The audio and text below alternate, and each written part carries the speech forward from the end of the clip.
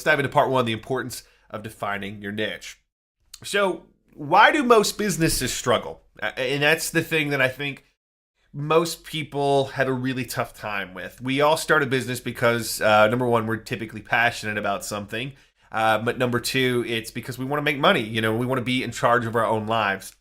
What ends up happening, though, a lot of times is we end up looking so much like our competitors that we don't have a way to distinguish ourselves in our marketing. And so our marketing ends up being this really, really boring thing. So as you can see with this particular picture, most businesses, even though they may be called something different, even though they may be in a different location, they end up looking a lot like each other. And the number one thing that we hear when we're working with clients who don't have how to stand out figured out is they think that their customer service and the way they treat people is what makes them stand out. And listen, that's a given. You have to have that down. Every business that's going to stay in business has to have their customer service down.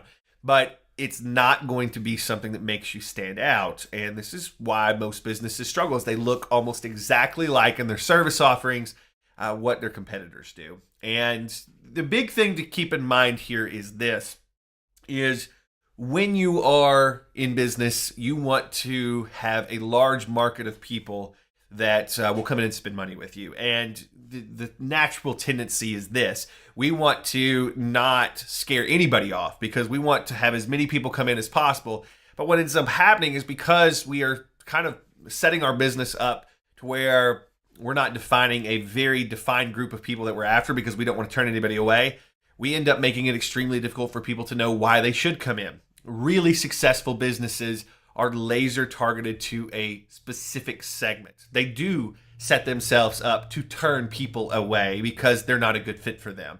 But that's the thing. The people that you laser target on will tell everybody that is like them, and they will get a viral thing going for your business because all of a sudden they feel like they're home. Not just, oh, I happen to go to this place that is for everybody. Nobody wants that. Somebody wants something that's custom fit for them. And so most businesses struggle because they don't do that. They don't build something that's custom fit to a tight-knit group of people. They build something that is very generic because they think being generic is going to make sure that they don't turn anybody away. And in reality, you lose more people by being generic than if you laser target and turn people away. So let's talk about this. How do you actually niche down effectively? Okay, so a couple things that you want to keep in mind. First, you want to play to your strengths. So what I tell every business that we work with in our agency is make sure that you look at who you're already attracting. So if you've been in business for a little while, you're going to start to see a couple things.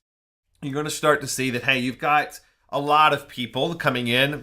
We have a lot of businesses that tell us, well, we've got a lot of people coming in, but they're all very different. Well, no, they're not. You're going to see that for some reason, your people in your business seem to attract one kind of person very easily. Now, maybe you attract a lot of people, but you attract one kind of person very easily. It's because those people are really locked in on what you're doing. So when you start to niche down, who are you attracting already? Now, that's going to be a lot of times locked in with who is on your staff, who you are, especially if you're doing most of the marketing for your business and you're like the star in your business.